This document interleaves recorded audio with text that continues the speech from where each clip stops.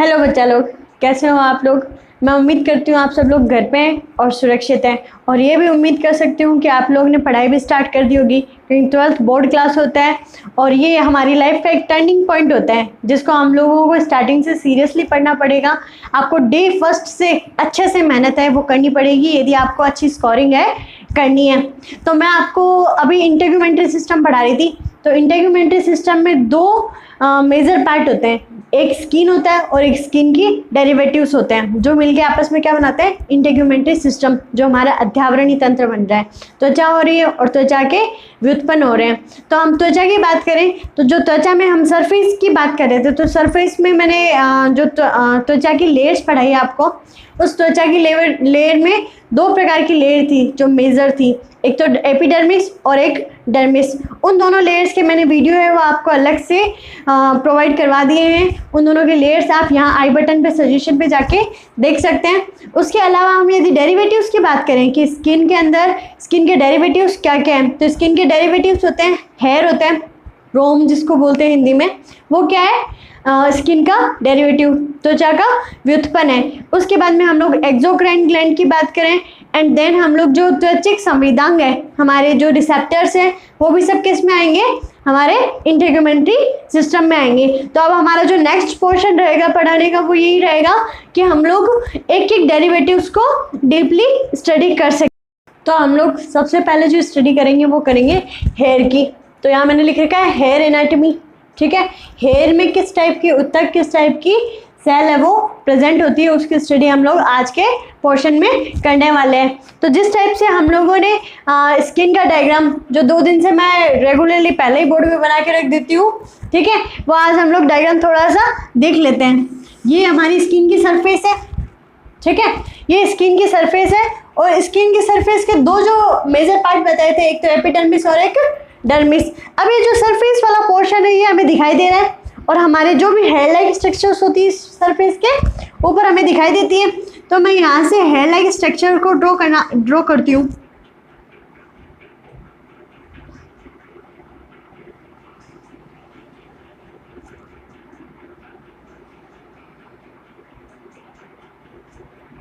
दिखाई दे रही है, ठीक है।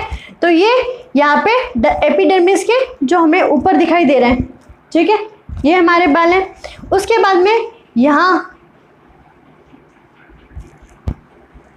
ये हम लोगों ने इस टाइप से जिग मोशन में लेयर बनाई थी, इसको क्या बोलते हैं, रेटिपेक्स। एंड इसके जस्ट नीचे वाली साइड में ये क्या है, डर्मिस। में एक बार आपको वापस रिकॉल करवाने के लिए लिख देती हूँ, ये एपिडर्मिस और ये डर्मिस, ओके। एंड देन हम लोग यदि हेयर की बात करें यहाँ पे, ठीक है, तो मैंने यहाँ हेयर के 3 मेजर पार्ट लिखे हैं, दिख रहे हैं सबको। यहाँ पे जो फर्स्ट पार्ट लिखा है वो है हेयर शाफ्ट। हेयर शाफ्ट है, उसके नीचे वाली साइड में मैंने नॉन लिविंग प्रोसेस लिखा है, नॉन लिविंग स्ट्रक्चर लिखा है, दिख रहा है, non living structure. Non living structure जो अपने को बाहर सीन होता है, ठीक है। एपिडर्मिस एरिया से जो ऊपर वाला पोर्शन है इसको हम क्या बोलते हैं, hair shaft, clear. And then यहाँ पे सेकंड पोर्शन लिख रखा है हेयर रूट, और थर्ड पोर्शन लिख रखा है हेयर फॉलिकल। अब हेयर रूट और हेयर फॉलिकल है, ये दोनों कैसे है, लिविंग है, और कहाँ रहेंगे, ये एपिडर्मिस और डर्मिस के अंदर वाली साइड में, ठीक है। तो यहाँ वाला ये जो एरिया हो गया, ये क्या हो गया, हेयर रूट। एंड देन यहाँ पे जो सबसे नीचे वाला पोर्शन है ये होगा हमारे फॉलिकल। ये 3 मेजर पार्ट है वो क्लियर हो गए सबको, ठीक है। अब उसके बाद में हम लोग जो 2 दिन से डायग्राम देख रहे थे, 2 दिन के डायग्राम में यहाँ पे जो इसके जस्ट पास में एक पोर लाइक स्ट्रक्चर थी, एक छिद्र था, ठीक है। वो छिद्र किसका था, सेबेसियस ग्लैंड का, ऑयल ग्लैंड जिसको बोलते हैं, ठीक है। तो मैं यहाँ पे डक्ट बना देती हूँ। हम लोग एक्सोक्राइन ग्लैंड पढ़ेंगे, तो एक्सोक्राइन ग्लैंड में पढ़ेंगे जो बहिर्स्रावी ग्रंथियाँ हैं। तो एक्सोक्राइन ग्लैंड होती है वो डक्ट के थ्रू बाहर खुलती है, ठीक है। और एंडोक्राइन होती है, उसमें किसी भी प्रकार की डक्ट नहीं पाई जाती, वो जहाँ बनते हैं वहीं पे सिक्रेट हो जाते हैं। तो यहाँ पे ये डक्ट बना दी मैंने।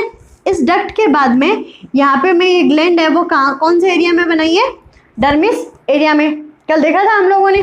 उसके बाद में डर्मिस में यहाँ पे जिस चीज़ का फॉर्मेशन हो रहा है, इजी लैंग्वेज में बोले तो जो ऑयल ग्लैंड है और ऑयल को सिक्रेट करने का काम करती है। लेकिन तुम लोगों साइंस की लैंग्वेज में यहाँ पे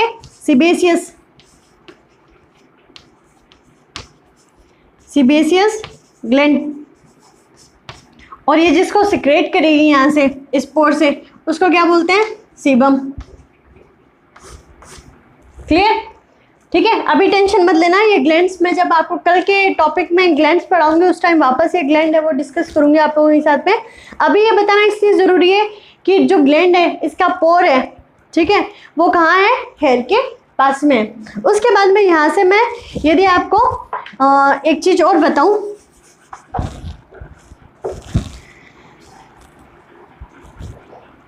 ये हेयर लाइक स्ट्रक्चर है। ये हेयर अभी कैसा है? इस टाइप से तिरछा दिखाई दे रहा है आपको, ठीक है। अब इसी के जस्ट पास में यहाँ एपिडर्मिस से अटैच होते हुए एक मसल होती है। क्या होती है? एक मसल प्रेजेंट होती है जिसका नाम होता है इरेक्टर पिलाई मसल। क्या नाम है? इरेक्टर पिलाई मसल। अब ये इरेक्टर पिलाई मसल्स है वो किस टाइप के नेचर में, किस टाइप की है? अरेखित प्रकार की है। किस प्रकार की है? अरेखित प्रकार की। अब अरेखित प्रकार की जो मसल्स है, हम लोगों ने यदि 11th क्लास में थोड़ा सा बेसिक मसल्स का पढ़ा है, डीपली तो 12th क्लास में आपके जो आपने बेसिक पढ़ा है, तो उसमें ये था कि जो रेखित पेशी, अरेखित पेशी और हृदय पेशी होती है, तो जिसमें रेखित पेशी होती है वो ऐच्छिक पेशी की तरह काम करती है, जिसको हम लोग कंकालीय पेशी भी बोलते हैं। मीन्स हमारे जो बोन से अटैच रहेगी वो रेखित पेशियाँ रहती है और हम लोग हमारी इच्छा के अनुसार उन पे कार्य कर सकते हैं, ऐच्छिक होती है। और जो अरेखित पेशियाँ होती है, अरेखित पेशियाँ हमारे नलियों में पाई जाती है, जैसे श्वास नाल हो गई, आहार नाल हो गई, इन सब में। तो इन पे हम लोग हमारी इच्छा से काम नहीं कर सकते, ये अनैच्छिक प्रकार की पेशियाँ होती है। तो ये जो इरेक्टर पिलाई मसल मैंने यहाँ जो लिखा है, ये भी कैसे प्रकार की है? अरेखित प्रकार की मसल्स है। अब हम लोगों ने देखा है कि हमें यदि ठंड लग रही है या हमें किसी चीज़ से डर लग रहा है, ठीक है, या ऐसे बोलते हैं यार बहुत कोई चीज़ है वो फील हो गई अंदर तक, दिल तक फील हो गई, जनरली ऐसे बोलते हैं सब लोग, ठीक है। तो उस टाइम हमारे रोंगटे वो खड़े हो जाते हैं, गूज़बम्प्स हो जाते हैं। तो यहाँ पे जो रोंगटे खड़े करने के लिए जो मसल है वो कौन सी है? इरेक्टर पिलाई मसल। अब ये किस टाइप से फंक्शन कर रही है, ठीक है, ये मसल यहाँ पाई जा रही है, ठीक है। अब इस मसल्स पे जैसे ही मैं बोलूँ संकुचन हुआ, ये जैसे कॉन्ट्रैक्ट होती है, तो यहाँ पे संकुचन होने से ये वाली जो हेयर है वो कैसे हो जाएगा? स्ट्रेट हो जाएगा। समझ में आ गया? ये संकुचित हुई, यहाँ से ये खींचेगा और ये हेयर है वो कैसा हो जाएगा? स्ट्रेट हो जाएगा। इसको हम क्या बोलते हैं? रोंगटे खड़े होना। ओके, तो आपको ये वाला डायग्राम है वो अच्छे से समझ में आ गया। और जो मैंने आपको 3 मेजर पार्ट बताए, हेयर शाफ्ट ऊपर वाली साइड में, यहाँ नीचे साइड में हेयर रूट, एंड जो सबसे नीचे वाली साइड में पाया जा रहा है वो क्या है? Hair follicle. Got it? I hope आप लोगों को इतना सब कुछ समझ में आ गया। अब हम उसके बाद में ये जो तीनों पार्ट मैंने लिखे हैं, इनके इंटरनल पोर्शन भी लिख रखे हैं मैंने, तो इन पोर्शंस को समझाने के लिए मैं आपको डायग्रामेटिकली उसको समझाना पड़ेगा, ठीक है। तो अब यहाँ पे मैं यदि हेयर की स्ट्रक्चर बना दूँ,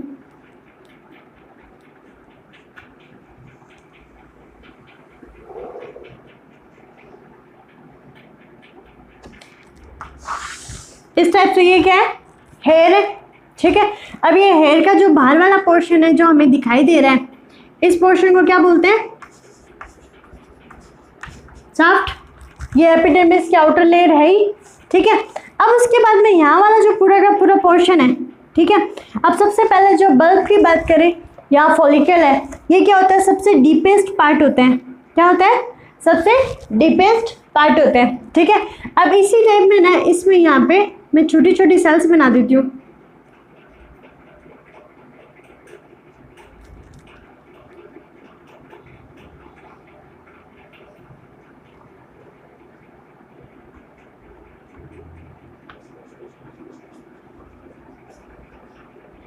ठीक है, अब ये जो छोटी छोटी सेल्स बनाई है वो क्या? एपिथेलियल टिश्यू बन रहे हैं, और एपिथेलियल टिश्यू क्या बनाएंगे? हेयर ब्लब का फॉर्मेशन करेंगे। यहाँ पे जो फुला हुआ एरिया दिखाई दे रहा है हेयर का, वही। उसके बाद में यहाँ पे मैं बात करूँ कि आपको यहाँ पे लिखा हुआ दिख रहा है हेयर मैट्रिक्स और हेयर पेपिला, ठीक है। अब यहाँ पे जो पेपिला लाइक स्ट्रक्चर है, जो कल भी मैंने आपको बताया था, जो उभार होते हैं किसी चीज़ में धसे हुए होते हैं, उन स्ट्रक्चर्स को पेपिलाई बोलते हैं। ठीक है। अब यहाँ पे आपको दिख रहा है ये हेयर स्ट्रक्चर स्ट्रेट नहीं होकर ये क्या है, अंदर की तरफ धसी हुई। देखा जाए तो ये कैसा है, उल्टे पैलेनुमा संरचना। अब ये उल्टा पहले जैसी संरचना है वो किस लिए है? ठीक है। अब हेयर के पोर्शंस को न्यूट्रिशन प्रदान करने के लिए क्या होती है, यहाँ पे उल्टे पैलेनुमा संरचना पाई जाती है। अब इसी संरचना को क्या बोलते हैं, हेयर पेपिला। क्या कहेंगे, हेयर पेपिला। अब हेयर पेपिला के जो चारों तरफ इस टाइप से सेल है और सेल का गुच्छा पाया जाएगा। दिख रहा है ये सेल का गुच्छा। अब इस सेल के गुच्छे को क्या कहेंगे, मैट्रिक्स कहेंगे। क्या कहेंगे, मैट्रिक्स। ठीक है, जो सेल्स को डिवाइड करेगा। ठीक है। अब यहाँ पे अपने को पता है कि सेल की आउटर ग्रोथ नहीं होती। ठीक है, सेल की क्या, हेयर की आउटर ग्रोथ नहीं होती। हेयर है वो कहाँ से ग्रोथ करता है, अपने इनर पोर्शन से। अब यहाँ से सेल्स है वो कंटिन्यू डिवाइड होती जाएगी और ये सेल की रूट है। ये वाली स्ट्रक्चर क्या थी, सेल रूट। अब इस सेल रूट में क्या हो जाएगा, ग्रोथ होना स्टार्ट हो जाएगा। ये लिखा है मैंने रूट। तो तुम लोगों को ये चीज़ें समझ में आ गई। सबसे पहला क्या है, मैट्रिक्स, जो यहाँ पे डिवाइडिंग होने वाली सेल्स है। पेपिला, जो ये उल्टे कटोरीनुमा या पैलेनुमा स्ट्रक्चर है। अब इसके अंदर मैं आके यहाँ पे जो गुच्छे बन रहे हैं, ठीक है, तो ये गुच्छे किस चीज़ के, एक तो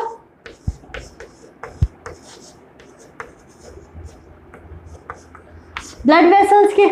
ठीक है, जो भी धमनी शिराएं हैं वो कहाँ आके खुल रही है, इसी कटोरीनुमा भाग में। उसके बाद में यहाँ पे कुछ नर्व्स भी प्रेजेंट होती है। ठीक है, समझ में आ गया ये। उसके बाद में यहाँ पे जो पूरा पोर्शन है रूट है। ठीक है, अब रूट का जो इंटरनल पोर्शन है वो तो कौन बनाएगा, यहाँ से ये कंटिन्यू बनता जाएगा मैट्रिक्स वाले पोर्शन से ही डिवाइड होते हुए सेल्स। अब इसके जस्ट बाहर वाली साइड में, इसके जस्ट बाहर वाली साइड, ठीक है, ये मैंने लेयर्स अंदर से बाहर की तरफ लिखी है। तो अंदर से बाहर की तरफ सबसे अंदर की लेयर बोले तो internal root sheath and then external root sheath. ये किसकी बनी होती है, एपिडर्मिस सेल की बनी हुई होती है, एपिडर्मिक सेल्स की। एंड देन जो यहाँ पे ग्लासी मेम्ब्रेन लिखा हुआ है, ग्लासी मेम्ब्रेन है वो एपिडर्मिक मेम्ब्रेन के जस्ट बाहर वाली साइड में, और उससे जस्ट बाहर वाली साइड में क्या पाया जा रहा है, कनेक्टिव टिश्यू शीथ है वो पाए जाते हैं। ये तुम्हें एग्जाम में कम पूछेंगे, एग्जाम के पॉइंट ऑफ व्यू से ये क्वेश्चन है वो इम्पोर्टेंट है। हम लोग यदि इस डायग्राम की बात कर ही रहे हैं तो यहाँ पे जो मैंने सेल्स की पूरी कहानी सुनाई है आपको, तो यहाँ पे अंदर सेल्स की कहानी सुनाने का मतलब है क्योंकि ये जो सारा का सारा पोर्शन है वो क्या है, लिविंग है। क्या है, लिविंग है। और जैसे ये वाला पोर्शन है ये क्या है, नॉन लिविंग है। अब इसको हम शाफ्ट बोल रहे हैं। और यहाँ पे आपको दिख रहा है कि हेयर शाफ्ट के भी मैंने 3 पोर्शन लिखे हैं। कितने पोर्शन लिखे हैं, 3 पोर्शन लिखे। यहाँ पे सबसे बाहर cuticle and then cortex and then medulla. ठीक है, ये दिखाई दे रहा है। अब अपने को भी पता है कि हेयर का भी कलर होता है, हेयर का ब्लैक कलर होता है, हेयर का ब्राउनिश कलर होता है, मतलब जो लाइटर कलर में आ जाता है। ब्लैक है वो डार्क रहेगा और जो हल्का सा लाइट हो जाता है तो वो हल्का ब्राउन कलर का अपने को दिखाई देता है। और जो रेयरली कलर हेयर का कलर होता है वो रेड कलर होता है। वो कोई जो भी सिंड्रोमिक प्रॉब्लम रहेगी, जेनेटिक है उसके कारण।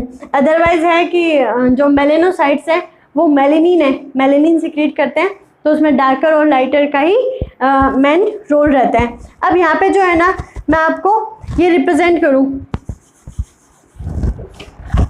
ये जो तीनों लिखे हैं मैंने, कॉर्टेक्स, क्यूटिकल और मेडुला। ठीक है, अब यहाँ पे इसके सेक्शन कटिंग करते हैं इस टाइप से। तो क्रॉस सेक्शन कर दिया यहाँ से क्रॉस सेक्शन। अब इस क्रॉस सेक्शन को मैं इस टाइप से राउंड में ड्रॉ कर लेती हूँ।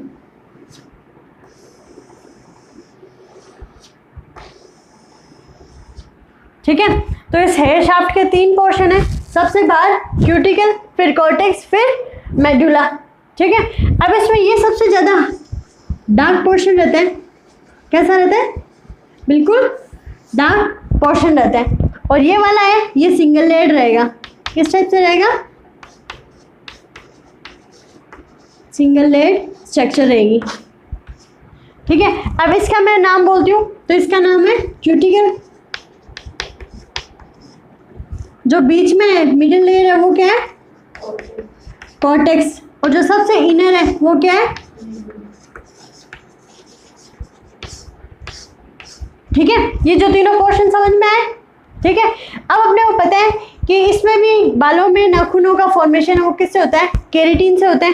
तो केराटिन है वो इस पोर्शन में भी पाई जाएगी मेडुला रीजन में, और इस पोर्शन में भी प्रेजेंट होगी, ठीक है। अब यहाँ पे जो मेडुला रीजन है, मेडुला रीजन सबसे इनर बताया है मैंने, ठीक है। मेडुला रीजन में किस टाइप की केराटिन पाई जाएगी, सॉफ्ट टाइप की केराटिन है वो पाई जाएगी। अब सॉफ्ट केराटिन होने के कारण वो क्या होगी, फ्लेक्सिबल होगी, ठीक है। तो जो हेयर में फ्लेक्सिबिलिटी होती है वो फ्लेक्सिबिलिटी इसी के कारण होगी, क्लियर। जो मेडुला रहेगा वो कैसा रहेगा, सॉफ्ट और फ्लेक्सिबल, ठीक है। सॉफ्ट केराटिन का होगा और फ्लेक्सिबल होगा।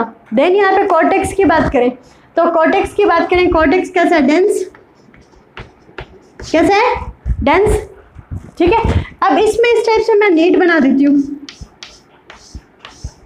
ठीक है। इस टाइप की स्ट्रक्चर है वो पूरी के पूरी इसमें कॉर्टेक्स एरिया में प्रेजेंट होगी, ठीक है। अब यहाँ पे है ना क्या पाया जाएगा, हार्डेस्ट केराटिन, ठीक है। जो केराटिन प्रोटीन है उसका क्या रहेगा, हार्ड पार्ट है वो यहाँ पे प्रेजेंट रहेगा। उसके बाद में मैं बात करूँ कि जो कलर पिगमेंट है, बालों के जो कलर पिगमेंट है, बालों का कलर पिगमेंट भी कहाँ होता है, इसी कॉर्टेक्स में होता है, ठीक है। मेलेनिन है कलर पिगमेंट जो कहाँ पे प्रेजेंट है, कॉर्टेक्स में प्रेजेंट है।